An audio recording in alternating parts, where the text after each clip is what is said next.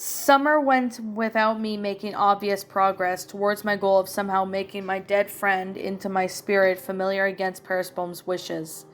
I didn't stumble upon a lead one until I found one night in late September, when Genevieve and I went out for dinner and a couple of pints of craft beer at a tavern on Queen Street called the Undying Rose. I'm not much for a nightlife, but it was quiet enough that I had a beer garden that offered a view of Avalon River. Genevieve had to split the entire year through since, despite the Fro name, I am pretty sure that the choir intically is 200 plus pound straight guys. It was, however, the name that tavern's logo of a dark purple rose that really caught my interest. You may recall that the rose that left upon the ancestor's grave was also purple, seemingly undying. When I realized this, I replanted the rose, and to my delight it took the root and grew into a small bush. Recently, though, it had been started to nag at me no matter how thoroughly I read through my ancestors' books. I could find no mention of it, and it seemed very odd to me, given the marvelously that they had been journaling my occult activities. And the explanation I could think of was, maybe they had been later acquainted to my descendants. The undying rose had got me thinking again. Luckily, the owner didn't happen to be that night. I asked him about the tavern's name and history. He had said it dated back at least to the early 19th century. About the exact same date of the original owner had been lost to time. None of the subsequent owners had even changed its name though, and even though it had been the Undying Rose, I thanked him and spent the rest of the night pondering implications. It seemed entirely impossible that the tavern had been originally belonged to a friend's ancestor, and the name was indifference of the rose down in the graveyard, but why? Afterwards, I took Genevieve out to my cemetery to spend the night. I had only 2 pints over a couple of hours and a full stomach, so it was a good drive. Once we were home, we smoked some weed and made love, and then passed into a deep, pleasant sleep. It was a good night. While I slept, though, I had the same dream that I had the night spent at the cemetery. It had been one of the most frequent, reoccurring dreams. I knew it was trying to tell me something, but since it was always exact the same, it had to be something I wasn't overlooking. I watched over the scene, and had watched many times before. The shrouded ancestor carrying out to the ritual turned the cemetery into astral nexus, and coming from the next to the dead center, and then it hit me. I wondered how I never realized it before, though I was supposed critical thinking skills weren't at the sharpest during the armed sleep. The ancestor was standing in the exact center of the cemetery where the mausoleum was. It wasn't there yet, and it wasn't originally part of the cemetery, but something had been built after the ancestor made it hollow ground. But why would they do that? Obviously as a tribute to Hades and Perisbone, I'm sure, but at that moment, I was certain that there was some other motive to it. I jolted awake before sunrise, and the empathy I had been finally waiting for to clear my mind, and I knew what I had to do. Evie, get dressed, I commanded as I shook her awake, jumping out of bed and scrambling onto my own clothes. What? Why? She asked groggily. I need your help right now, I said hurriedly. You need your shoes and your sunglasses and as much protection as you can find. Before she could ask any follow-up questions, I was already out the door and the maintenance shed, donning for my gardening gloves, safety goggles, and grabbing a pair of rusty old sledgehammers that were far older than I was. Wait, Samantha, stop! What are we doing? Genevieve asked as she chased after me. I need to see who is abdominal in the mausoleum, I explained as I resultantly marched towards it. It's home You mean we're smashing it open? She asked in dismay. Why? I dreamed about the cemetery being hollowed again, and only this time I realized the mausoleum wasn't there, I told her. The occultists made the mausoleum after, and they said they had a very specific reason for doing that. There is something crucial in that tomb. I need to know that. Whoa, baby, slow down, she urged me. This could be dangerous. Discrediting the tomb might arrange Perisbone, or it may have the old cult projections. And what about you? I know how much you love this place. Do you really want to vandalize it? I paused at the mausoleum door, considering what she said. I have to know for sure, I replied grimly, fully aware that I was echoing what my friend said when I caught him digging up the ancestor's grave. I pushed open the door and threw the table off the cloth covering the tomb, and immediately got set to work on smashing it open. Genevieve and I weren't exactly ideally built for that sort of manual labor, but we pummeled at the top of the slab of the marble until it was small enough pieces for us to remove by hand. When the tomb was finally open, we were held a body shaped entirely in a scarlet burial shroud embroidered with golden signals. What the hell? This shroud looks brand new, Genevieve remarked. How is that possible if it's been rotting here for 200 years? I didn't answer. In fact, I barely recognized she said something. I was mesmerized by the present shroud, and the implications for the body beneath it was all too clear. Evie, brace yourself, I cautioned as I pulled back the shroud, revealing the perfectly preserved body of an elderly man.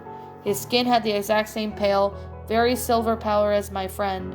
His hair bushy with the prominent widow's peak, and just as white, along with the pointed beard and handlebar mustache. Yet pronounced that he pointed nose and shrunken cheeks, and his bony fingers clutched a leather-bound book, and purple rose to his chest. An incorporated corpse, like the one you said of your friend dug up? Genevieve asked in wonder. I nodded and slowly pulled the book out of the corpse of the hands. Other than being room temperature, it didn't feel like a dead body at all. I succeeded in freeing the book, and when I opened it, my eyes began to tear up in joy when I saw at the first page, Journal of Artaxerxes Crow. I read out loud, my voice flooded with proud satisfaction and relief. Artaxerxes? Genevieve asked in disbelief. Wait, Crow? As in Crow Crowley Chamberlain? Then the old facial firm on Dudge Street? Almost certainly, I said softly. I was hardly concerned with it at the name. Evie, this is my friend's ancestor, the occultist who made a deal with Perisbome who created the place. I knew it didn't make sense that he could be buried in some random grave, but this is the first time my friend told me that I knew it didn't make sense. It was on the high track, though. That must have been what drove him to dig up the grave. But then who's been buried out there? She asked. No idea. Just someone Artaxerxes sacrificed the wisps to the place, I summarized. Genevieve, I don't know how he did it, or even exactly how he did with the others that involves the roses and the mausoleum in some way. But somehow he cheated on Perisbome, and he condemned every one of the descendants' fate as he was weaseled out of that bastard. This is unreal, Genevieve murmured, with the incredulous of shaking of her head, when she was finally able to pull away from my body. She saw that I had shit-eating grin plastered around my face. Samantha, baby, what are you smiling? His soul is still there. Can you feel it? I asked. I hadn't noticed it first either, but I could clearly sense the presence of a soul within the corpse, as astral projecting. His soul is still bound to his earthly vessel, and which is why he hasn't fallen into the underworld, despite being such an epic piece of shit. He's literally invading divine justice for centuries. So what are you smiling? Genevieve repeated. Perisbome is going to make Artaxerxes pay for what he did, I whispered, gesturing her to a portrait. She made it very clear to me that she will not tolerate being tricked or cheated. She'll want him, and she can have him for a price. Genevieve stared at me aghast, just like I had gone completely insane. So you're asking Perisbome for your friend back in exchange for this asshole? She asked, bewildered. Not to ask, demand, I said resolutely. We will set up on words that the elder kin cannot cross Halloween like that, and if Perisbome won't agree to his terms, then she's out of luck. Genevieve took a step back, her body quaking at proposed skull edge. Samantha, baby, I really don't know about this, she murmured. I love you, but Perisbome is still the maiden goddess, still our goddess, and forcing her like that seems disrespectful and dangerous. Maybe we should just let Perisbome have him, and she could decide how she wants to reward us. For a moment I was hurt. She knew how much this meant to me, and now I had been finally ace in the hole. She just wanted me to give up, but I knew how much her faith didn't mean to her, and it was really asking a lot. I understand, I said, hanging my head in resignation, and I'll understand if you don't want to have anything to do with this. But it's not going to stop me. I'm a Wiccan now, and I want to do anything to retrieve and respect the incarnations of our goddess, but there's still humanistic streaks in me that stand up in triangle God, who could torture me for all eternity, and the most righteous act I could ever do, goddess or not, Persephone wronged the fellow woman, being that I call my friend. And if I could hold her accountable for that, I will. Genevieve just stood there, tears welling up in her eyes. I could tell that she wanted to talk to me out of it, but knew that she couldn't. I could tell her that to tell me that she wouldn't want to have any part of it, but I knew that she wouldn't do that either. She looked at me, and then the portrait of Persephone, then back at me. Screw it, she said. The great thing about being a polytheist is if you piss one god off, you got plenty more to choose from. We spent the next few weeks preparing for a Halloween party, consulting in occult tomes, and re-identifying everything that we would need. Soon the shaman was upon us. I had turned Moxley into my animal familiar as a practice, and it went off without a hitch. We soon both became able to communicate with each other much more effectively. And when we were in any part of it when they wanted to, he developed a very uncat-like obedience with my instructions. I left him at Genevieve's house for safety with her animal familiar, a black cat named Nightshade, both of them who were taken care of as part of Genevieve's estate, and we should not return. We could tell them both that something was up, and they were worried, but they had obeyed our orders to stay at the house. After a heartfelt goodbye with our dear darling kitties, we set off to the cemetery. We had carved a large triple moon symbol around the ground with a pentagram on the full moon, and filled the lines with black salt. There were 12 jack-o'-lanterns for each point of the pentagram, and one to sit beside the tips of the crescent moon. And they were not carved in the faces though, but with carefully selected signals and gifts meant to wander off confound or ill-meaning spirits to ensure the protection of the mother goddess and the horned god. We had similar symbols drawn on our bodies, or inscribed in our clothes. We both wore pentagram talismans and pointed hats, serving both as festive costumes and ceremonial attire. I selected a long, flowing back black dress for the occasion, whereas Genevieve, who cannot be a bride restrictive to clothing, only wore a deep green mine dress. My hair was at least a half-foot longer than it had been a year before. I hadn't cut it off in a long time. I thought a witch should have long, beautiful hair, and a witch that I was now. In the center of the pentagram were myself, Genevieve, and the incorrupted corpse of Architax's crow. I had brought my altar out as well, in the addition of the jack-o'-lantern shaped candle holder that I had placed on my friend's memorial early a year ago. It was our lucky 13th jack-o'-lantern, and I had drawn in a symbol on it as well. I intended to bind my friend so I could succeed in freeing him from the underworld. And as soon as the sun set, we began our rituals, lighting the hallowed virgin candles in our hallowed pumpkins. We danced and chanted and prayed, recited oral spells, and then burned written ones on the candle flames. This one nearly went on for 2 hours, until dusk finally fell, when the veil was at its weakest, and all year all the will-o'-wisps began to appear from the gravestones. Persephone would now be able to come here in her astral form, and all I could do was summon her.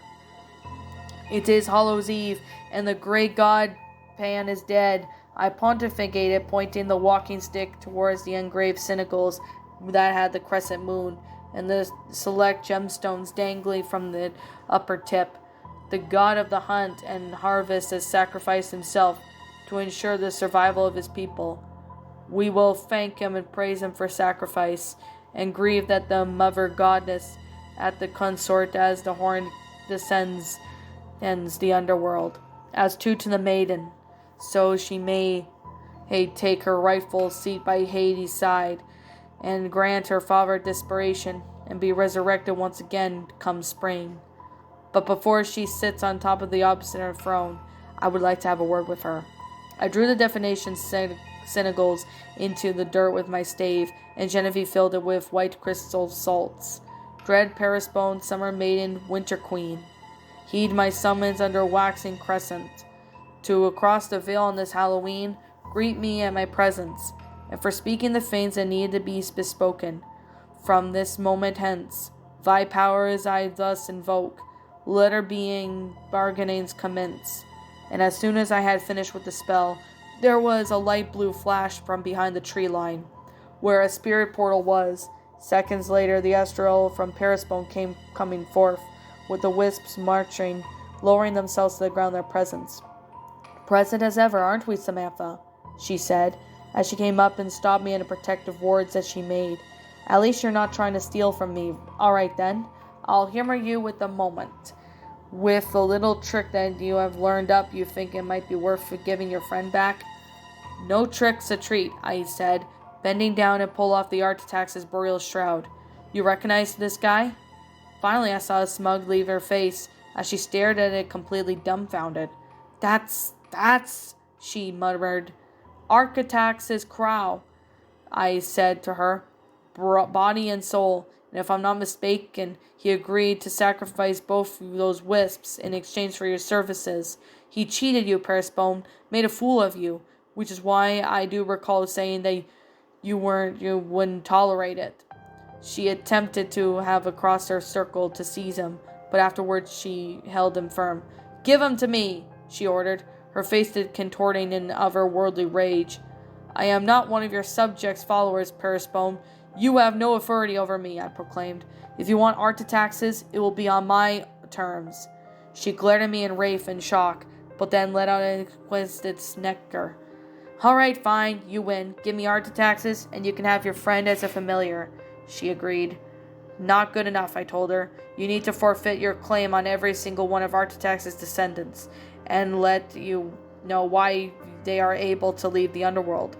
What? She growled, in range of the expression returning her face. Artitaxes broke the terms of your agreement. That means the entire contract is invalid, and you have no longer the rights to those souls. Release them, and you can have them, I replied. You want me to give up 7 generations' descendants for one man? That's nearly 12 dozen souls, she screeched. My conditions are non-negotiable. Take them or leave them, I said coldly. Perisbone screamed and howled, bashing the invisible barrier at bay. I couldn't help but smirk, remembering how much she had condescendingly reassured me that I had no idea what I was doing, and that I could be powerless to defy her. After a minute, she regained some composure, and I watched everything in her eyes, fitting back to me and Artitax's, trying to decide who she wanted to punish more. State your full terms, she said at least. You can have them, if you swear to the river Styx, to Forsaken to claim your Artitax's descendants, then to release the blessed ones from the underworld. Give the name of the man who died here last year, and let me bind with him to me as a familiar, and that neither you or anyone can be beheaded to ever harm or harass me or my loved ones, or trespass the cemetery. In my cemetery, I answered. I swear to relics to forsake my claims of Artitax's descendants, to release the blessed ones from the underworld, to give the man who died here last year, and to bind him as a familiar, and neither of that or anyone should be beheaded to ever harm or harass you or your loved ones, or trespass in your cemetery, she repeated. Now give him to me. I'll admit it was still a bit of a gamble, but since I wasn't exactly sure if an oath I've sworn over River Styx was truly unbreakable, but it was a risk I had to take.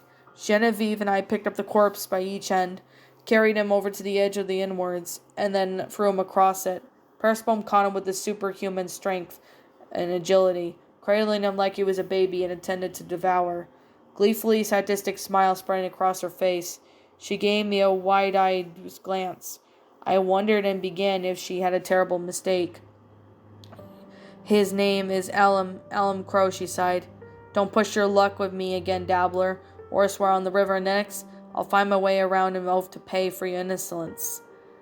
With that, she flew back in the portal in a single bound, carrying Artaxerxes and the veil with her.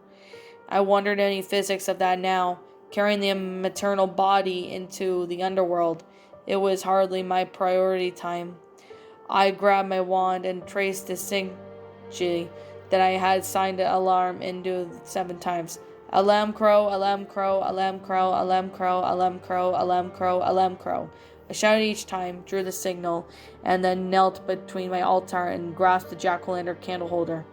I, Samantha Summer, the hedge witch of Harwick Woods, hereby invoke your presence and call you forth from the spirit world. I offer you this vessel as an earthly binding anchor to your soul in the maternal plane. I offer you protection and shelter in return for your willing faithfully as a familiar spirit. If you accept my heed and summons to come serve your lady, so mote it be. I knelt there holding the tiny porcelain pumpkin in my lap, fearing with each passing second that I had to do something wrong, or that on Halloween Astral's Nexus, I still wasn't powerful enough to summon a spirit to me. "Samantha," Genevieve whispered, nodding her head behind me. I spun around and saw a humanoid Astriel standing at the edge of the circle. Its features were ill-defined, and I wasn't sure if it was my friend or not. I ran to greet it, holding the candle container underneath the barrier so it could touch it. It gingerly accepted it, lightly placing its fingers upon it, and features immediately solidified to those who had lost my friend. I left in an instant psychotic connection, just like as if I had one with my cat, and I knew one for certain that this was my friend, and now he was safely bound to me, free of the underworld. He stood there in shock and silence. He never expected to see me again. He never expected to see Earth again. He stared at me at the cemetery, and at the sky before letting out a barely unbuttable, but a bluntly sincere thank you. Tears of joy started running down my face. I threw my arms around him in an embrace, but more gentle than anything. We had shared that while he was alive, and I pulled him into the circle where we would be safe until the wisps vanished at midnight. He was now weeping as well, mixed joy, relief of gratitude, and confusion. "Miss," he started. "Samantha," I corrected him. "You can call me Samantha now, Alum." "Samantha, why? Why would you do this for me?" he asked. He was bewildered that he was thankful. I smirked menaciously, and in somewhat of a confounded confusion by Genevieve, Perisbone, and even the Green Man represented my determination to save Alum from this underworld. "Because you're my friend, and I don't really understand why you care to think that was a good reason enough," I told him. "You needed me, and I'm just sorry that it took me a whole year." Alum half laughed, half cried in my moodest of desperation. "A year is a hell of a lot less than eternity I was expecting," he assured me. "I can never repay you for this, Samantha. Thank you, thank you, thank you." He was at a loss for words after that, the whole situation being understandably overwhelming.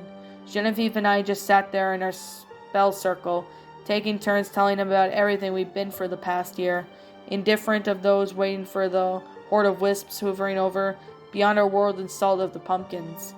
And that's my story, and after having written it down like this, I've come to a realization that it wasn't just a horror story. Parts of it was horrifying, but at the end I won.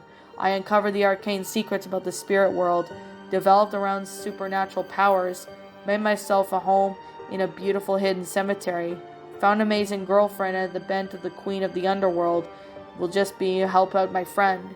I came across this experience a bit more content and confident I have ever been, and I wouldn't give up that for anything. Before all this happened, I consider it as an anti-infinite, and I believed that the lack of objective meaning to the universe was a good thing, since it made everyone's subjective being meaningly equally valid. That's the existence of the literal gods, and existently horrifying me at least. At least they were more objective arbiters of meaning of morality. But those are gods did nothing that I found immortal, and I was able to undo what she had done. Gods are not. I have provided that mortals are not only playthings, but we still have some agency over our own fate, and to me, that's a fact of opposite horror. I have since learned through my divination of Perisbone, who did keep her word, release Architect's descendants, in particular that Elam's younger daughter Rosemary was able to ascend in Summerland. He's extremely happy about that, but as you can imagine, and hopes to join her in one day, and I hope he does too.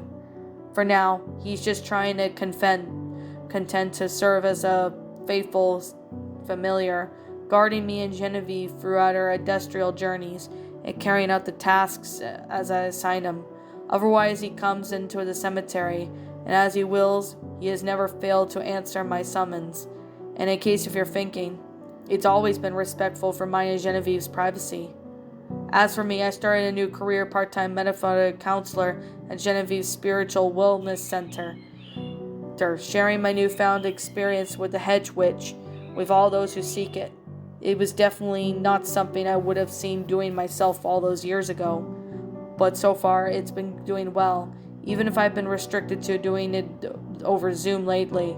It's especially been nice being able to work alongside Genevieve, and I would have never been able to save Ellen without her, and I would be forever grateful for the guidance that my love gave me the crucial time in my life. My life's actually been mundane since last Halloween, and I don't expect that to last. Hallowed Country can be a pretty weird place, and I know there are plenty more mysteries and anomalies left to find.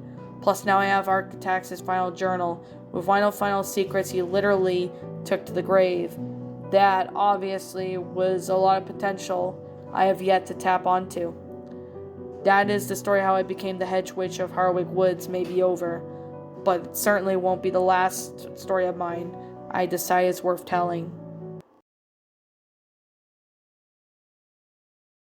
Well, that was Hallowed Ground, a Halloween-related creepypasta, or a spiritual creepypasta or something. I really don't know what to call this, to be completely honest. This is honestly a 7-part series. I honestly never expected this to be a creepypasta I never expected to read, but here I am reading it. So, anyways, I did come across this story on the regular Creepypasta Wiki, and this one was written by the Vesper's Bell. My final thoughts on this story. Pretty good creepypasta, actually. I actually found this one to be a really well-made, done creepypasta. It's honestly a really good, well-made story. I do find it really enjoyable. You know, the whole concept itself of this person becoming like a witch and, having, a lesbian relationship with another woman. And I'm going to be honest, I don't have anything against people who are gay or lesbian. I don't have anything against people who are gay or lesbian or bi, because I've got some friends. I got a lot of friends from the LGBTQ community that are one of those, so there's no problem with that. So anyways, that being said, I actually do enjoy the story. It's a really good story. It does have a good concept. I do have to say the grammar of this story is really good. I was able to read this story and the grammar of it was actually pretty good. Like, whole of this is like the supernatural. It honestly sounds pretty good. It's a really well-made, really amazing, awesome creepypasta. Especially when it comes to this story. I honestly really enjoy this story. It's got a lot of good time and effort into it. I do like the concept, the good grammar, the sentence structuring, the storyline. Everything about it is just flat out awesome. So, I definitely have to say it's a really good story. I had fun reading this story. So, to the Vesper's Bell, if they're watching this, I want to say awesome job with this story. This is flat out amazing. It's pretty much one of the best Halloween related or themed creepypastas I have ever seen. So, like I said, this is just simply my own personal opinion.